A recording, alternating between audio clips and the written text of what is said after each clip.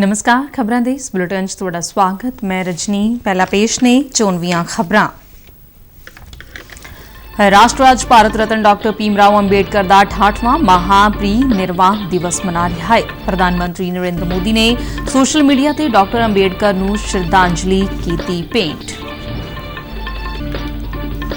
केंद्रीय गृह मंत्री अमित शाह जम्मू कश्मीर राखवाकरण सोध बिल 2023 ते जम्मू ते कश्मीर मुड़ गठन 2023 बारे चर्चा ते अज लोक सभा च देणगे जवाब। अमरीकी ग्लोबल रेटिंग एजेंसी ने कहा कि भारत 2030 तक दुनिया की तीजी सब तो वड्डी अर्थव्यवस्था बन जाएगा।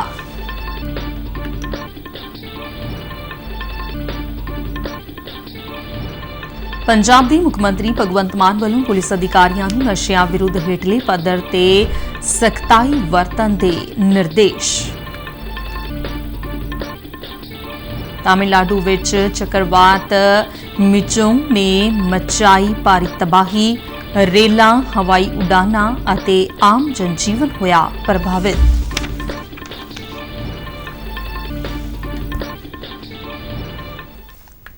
हुण खबरां विस्तार नाल।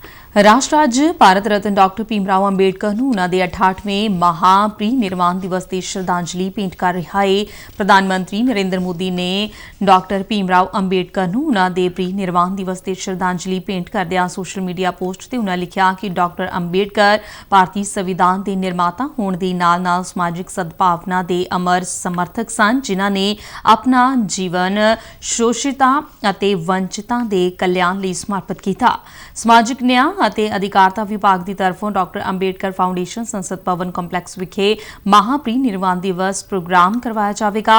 राष्ट्रपति द्रौपदी मुर्मू, प्रधानमंत्री नरेंद्र मोदी, लोक सभा स्पीकर ओम बिरला, केंद्रीय मंत्री, संसद मैंबर ਅਤੇ होर पतवंते डॉक्टर भीमराव अंबेडकर नूं श्रद्धा दे फुल भेंट करनगे। इस प्रोग्राम च आम लोग भी शामिल हो सकणगे। लोक सभा च केंद्रीय गृह मंत्री अमित शाह जम्मू कश्मीर राखवाकरण सोध बिल 2023 ਅਤੇ जम्मू कश्मीर मुड़ गठन 2023 बारे चर्चा दौरान अज जवाब देणगे। इस तो बाद दोवें बिल सदन वालों पास किए जाणगे। प्रस्ताव करता हूं कि जम्मू कश्मीर आरक्षण अधिनियम 2004 का और संशोधन करने वाले विधेयक पर विचार किया जाए और जम्मू कश्मीर पुनर्गठन अधिनियम 2019 का और संशोधन करने वाले विधेयक पर विचार किया जाए।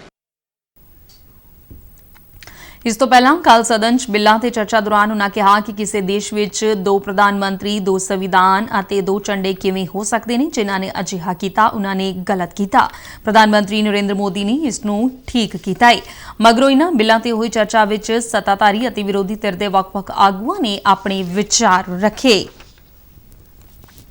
केंद्र सरकार ने प्रधानमंत्री किसान सम्मान निधि योजना विच पारदर्शिता नूं यकीनी बनाउण लई किसानां दा चेहरा अते आधार पहचान आधारित EKYC लॉन्च कीता है। लोक सभा विच प्रश्नकाल दौरान एक सवाल के जवाब विच खेतीबाड़ी ते किसान भलाई राज मंत्री शोभा करंदलाजे ने कहा है कि प्रधानमंत्री किसान सम्मान निधि योजना तहत फंड प्राप्त करने लई कई फर्जी दाखले प्राप्त हुए ने। उन्होंने कहा कि किसानां नूं सीधे लाभ दे तबादले विच पारदर्शिता ते चंगे प्रशासन नूं यकीनी बनाउण लई 13वें प्रधानमंत्री किसान कोष दे जारी होण तो बाद नवां EKYC लॉन्च किया गया है। केंद्रीय मंत्री करंदलाजे ने कहा कि यह प्रक्रिया बहुत सरल है अते मोबाइल ऐप राहीं भी पूरी की जा सकती है। सरकार ने प्रधानमंत्री किसान योजना तहत 11 करोड़ तो वध किसानां नूं 2,60,000 करोड़ रुपए तो वध दी राशि जारी की है। इस स्कीम तहत हर साल किसानां दे बैंक खातियां विच 6,000 रुपए का भुगतान किया जाता है। यह रकम 2-2 हज़ार रुपए दी 3 बराबर किश्तां विच भेजी जाती है। प्रधानमंत्री किसान योजना देश भर विच वाहयोग जमीन रखण वाले किसान परिवारां नूं वित्तीय मदद प्रदान करन लई शुरू की गई सी। अमरीकी ग्लोबल रेटिंग एजेंसी ने कहा कि भारत 2030 तक दुनिया की तीजी सब तो वड्डी अर्थव्यवस्था बन जाएगा, पर भारत लई वड्डी चुनौती इस विशाल मौके का फायदा उठाना अते अगला वड्डा ग्लोबल मैन्युफैक्चरिंग हब बनना होवेगा। इस अमरीकी एजेंसी नूं उम्मीद है कि भारत अगले 3 सालों में सब तो तेजी नाल विकास करने वाली वड्डी अर्थव्यवस्था बन जाएगा, जिस विच GDP विकास दर मौजूदा वित्तीय साल विच अनुमानित 6.4% तो वध के 2026 तक 7% हो जाएगी। ਮਾਰਚ 2023 ਨੂੰ ਖਤਮ ਹੋਣ ਵਾਲੇ ਵਿੱਤੀ ਸਾਲ 2022-23 ਚ ਭਾਰਤੀ ਅਰਥਵਿਵਸਥਾ ਦੇ 7.2% ਤੱਕ ਵਧਣ ਦੀ ਉਮੀਦ ਹੈ। ਭਾਰਤ ਦੀ GDP ਜੂਨ ਦੀ ਮਾਹੀ ਵਿੱਚ 7.8% ਤੇ ਸਤੰਬਰ ਦੀ ਮਾਹੀ ਵਿੱਚ 7.6% ਦਾ ਵਾਧਾ ਹੋਇਆ ਹੈ। ਮੁੱਖ ਮੰਤਰੀ ਭਗਵੰਤ ਸਿੰਘ ਮਾਨ ਨੇ ਪੁਲਿਸ ਅਫਸਰਾਂ ਨੂੰ ਨਸ਼ਿਆਂ ਖਿਲਾਫ ਆਰ-ਪਾਰ ਦੀ ਲੜਾਈ ਨੂੰ ਅੰਜਾਮ ਤੱਕ ਲਿਜਾਣ ਦੇ ਹੁਕਮ ਦਿੱਤੇ ਨੇ। ਪੁਲਿਸ ਕਮਿਸ਼ਨਰਾਂ ਅਤੇ SSPs ਅਧਿਕਾਰੀਆਂ ਨਾਲ ਮੀਟਿੰਗ ਦੀ ਪ੍ਰਧਾਨਗੀ ਕਰਦਿਆਂ ਮੁੱਖ ਮੰਤਰੀ ਨੇ ਨਸ਼ਿਆਂ ਖਿਲਾਫ ਕਿਸੇ ਤਰ੍ਹਾਂ ਦਾ ਲਿਹਾਜ਼ ਨਾ ਵਰਤਣ ਦੀ ਨੀਤੀ ਨੂੰ ਮੁਕੰਮਲ ਤੌਰ ਤੇ ਲਾਗੂ ਕਰਨ ਲਈ ਆਖਿਆ ਹੈ। ਉਨ੍ਹਾਂ ਕਿਹਾ ਕਿ ਹੇਠਲੇ ਪੱਧਰ ਤੇ ਵੀ ਨਸ਼ਿਆਂ ਵਿਰੁੱਧ ਕਾਰਵਾਈ ਨੂੰ ਅੰਜਾਮ ਦਿੱਤਾ ਜਾਣਾ ਚਾਹੀਦਾ ਹੈ। ਮੁੱਖ ਮੰਤਰੀ ਨੇ ਕਿਹਾ ਕਿ ਪੁਲਿਸ ਨੂੰ ਸਮਗਲਰਾਂ ਦੀ ਨਸ਼ਾ ਤਸਕਰੀ ਦੇ ਪੈਸੇ ਨਾਲ ਬਣਾਈ ਜਾਇਦਾਦ ਨੂੰ ਜ਼ਬਤ ਕਰਨ ਦੀ ਪ੍ਰਕਿਰਿਆ ਵਿੱਚ ਤੇਜ਼ੀ ਲਿਆਉਣੀ ਚਾਹੀਦੀ ਹੈ।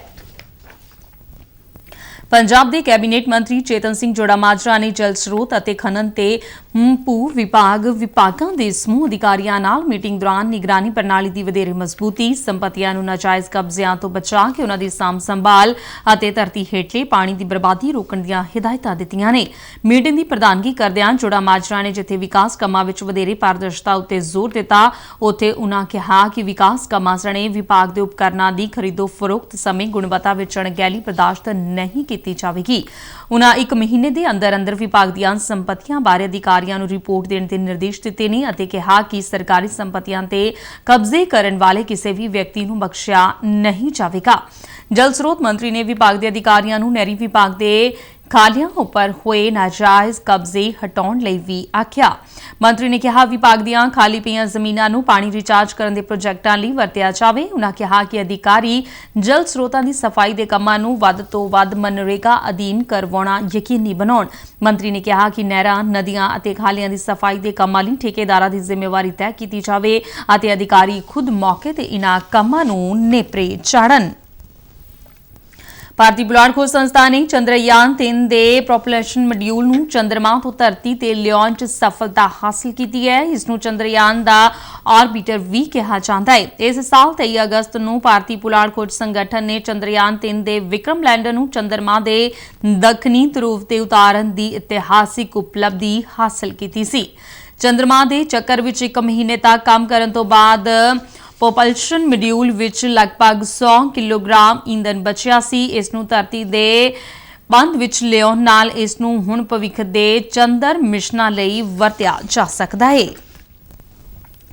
ਤਾਮਿਲਨਾਡੂ ਵਿੱਚ ਚੱਕਰਵਾਤ ਮਿਚੋਂਗ ਨੇ ਚੇਨਈ, ਤ੍ਰਿਵਲੂਰ, ਕਾਂਚੀਪੁਰਮ ਅਤੇ ਚੇਂਗਲਪੇਂਟ ਜ਼ਿਲ੍ਹਿਆਂ ਵਿੱਚ ਭਾਰੀ ਤਬਾਹੀ ਕੀਤੀ ਹੈ। ਚੇਨਈ ਅਤੇ ਇਸ ਦੇ ਨਾਲ ਲੱਗਦੇ ਖੇਤਰ ਅਜੇ ਵੀ ਹੜ੍ਹਾਂ ਨਾਲ ਜੂਝ ਰਹੇ ਨੇ। ਇਸ ਸਥਿਤੀ ਨਾਲ ਨਜਿੱਠਣ ਲਈ ਹਵਾਈ ਸੈਨਾ, ਜਲ ਸੈਨਾ, NDRF ਤੇ SDRF ਦੀਆਂ ਟੀਮਾਂ ਜੰਗੀ ਪੱਧਰ ਤੇ ਰਾਹਤ ਕਾਰਜਾਂ ਵਿੱਚ ਜੁਟੀਆਂ ਹੋਈਆਂ ਨੇ। ਹਵਾਈ ਫੌਜ ਵੱਲੋਂ ਕੁਝ ਖੇਤਰਾਂ ਵਿੱਚ ਭੋਜਨ ਤੇ ਜ਼ਰੂਰੀ ਵਸਤਾਂ ਵੰਡੀਆਂ ਜਾ ਰਹੀਆਂ ਨੇ।